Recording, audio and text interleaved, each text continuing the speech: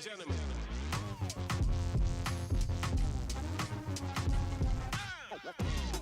Logan Fye.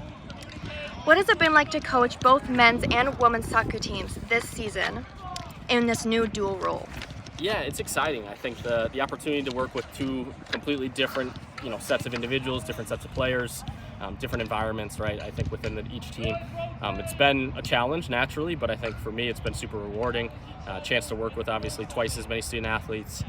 The women have been fantastic with their focus, their work rate, what they really want out of their experience, right? They're a really together group of individuals that allows for me to be me, and allows for all of us to be each other. And I think that's such a unique thing.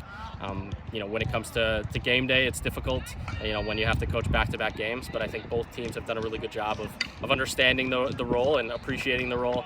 And it allows for me to be 100% dialed in with the one team that's playing, and then as soon as that game's over, hopefully we celebrate a win for a few seconds and we're switching over to the next. And the women especially, I think, have done a really good job with preparation, with their, just their business-like approach, understanding of what it's going to take for them to be successful, and it shows obviously in their results. How do you ensure that each player is putting their best foot forward? Yeah, I think the environment that we create is important, right? So in the mornings when we're training before classes get rolling at 6:30 a.m., we want to set up a sort of, atmosphere where each player feels comfortable being them, feels comfortable being the type of player that they are, but also obviously driving and working towards, playing as part of this team and within this program. So I think for me, if I can put, them in a position where, number one, they feel comfortable to be themselves, to ask questions, to push themselves, to push each other, I've done my part. And then it's really a credit to them, I think, that, they've been willing to get to know their teammates so well, been willing to, learn from this group of coaches who are different than those they've experienced, whether they're newcomers or returners, right? It's a completely new set. And I think that, it's a credit to them to really see that they've bought into not only this experience, but also enhancing everything that they can about the experience and ultimately, trying to achieve some of the goals that they have for themselves. You have two freshmen leading the way offensively. How impressive have you been with Susie Hines-Cruz and Grace Brown? Yeah, they're both obviously outstanding soccer players, really great people as well. I think they're really good teammates, do all the right things off the field that you ask for. So for me, those are two of the group that really have stood out when it comes to statistics, but it is obviously a wide range of impacts that we felt within our newcomers. And Susie's been very dangerous as of late, commonly scoring multiple goals in a game, and I think Grace has kind of done some of the stuff under the radar, sometimes playing in the midfield, occasionally playing up front. She's obviously someone that's usually impacts every possession, whether it's getting on it early in the possession or obviously putting the ball in the back of the net. So each of them are pretty versatile, which obviously helps, when it comes to the coaching staff, if we're going to play a certain way or maybe we need to force one of them into a new position. They've been open to that and have done a really good job. But like I said, I think it's a collective effort from the newcomers group that have allowed for those two maybe to shine in the stat sheet. And how important has the group of returners been to help navigate the transition of new coaching staff?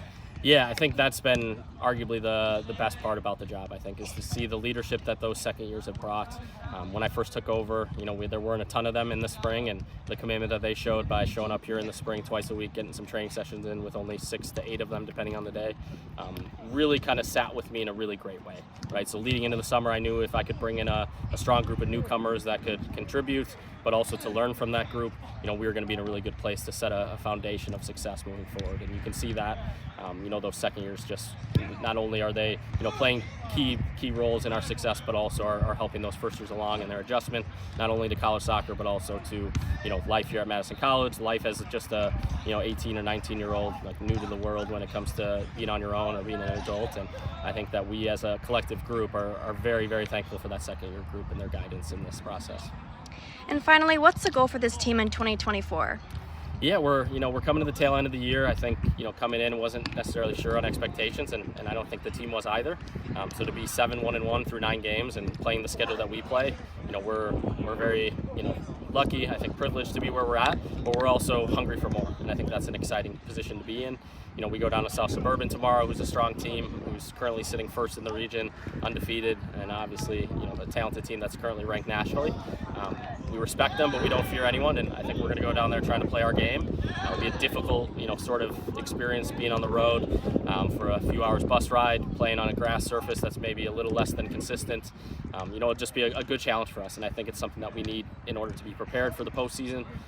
We're in a good place right now, but obviously a win tomorrow goes a long way to being able to play at home for the duration of the playoffs leading into the region championship if we were to make it that far, which would be on this field as well. So we're in a good place, but like I said, we're hungry for more. So I think the goals are in place naturally to make the tournament, and from there we obviously take it one game at a time. And we feel like playing on our home field is such an advantage. You can see it in our record.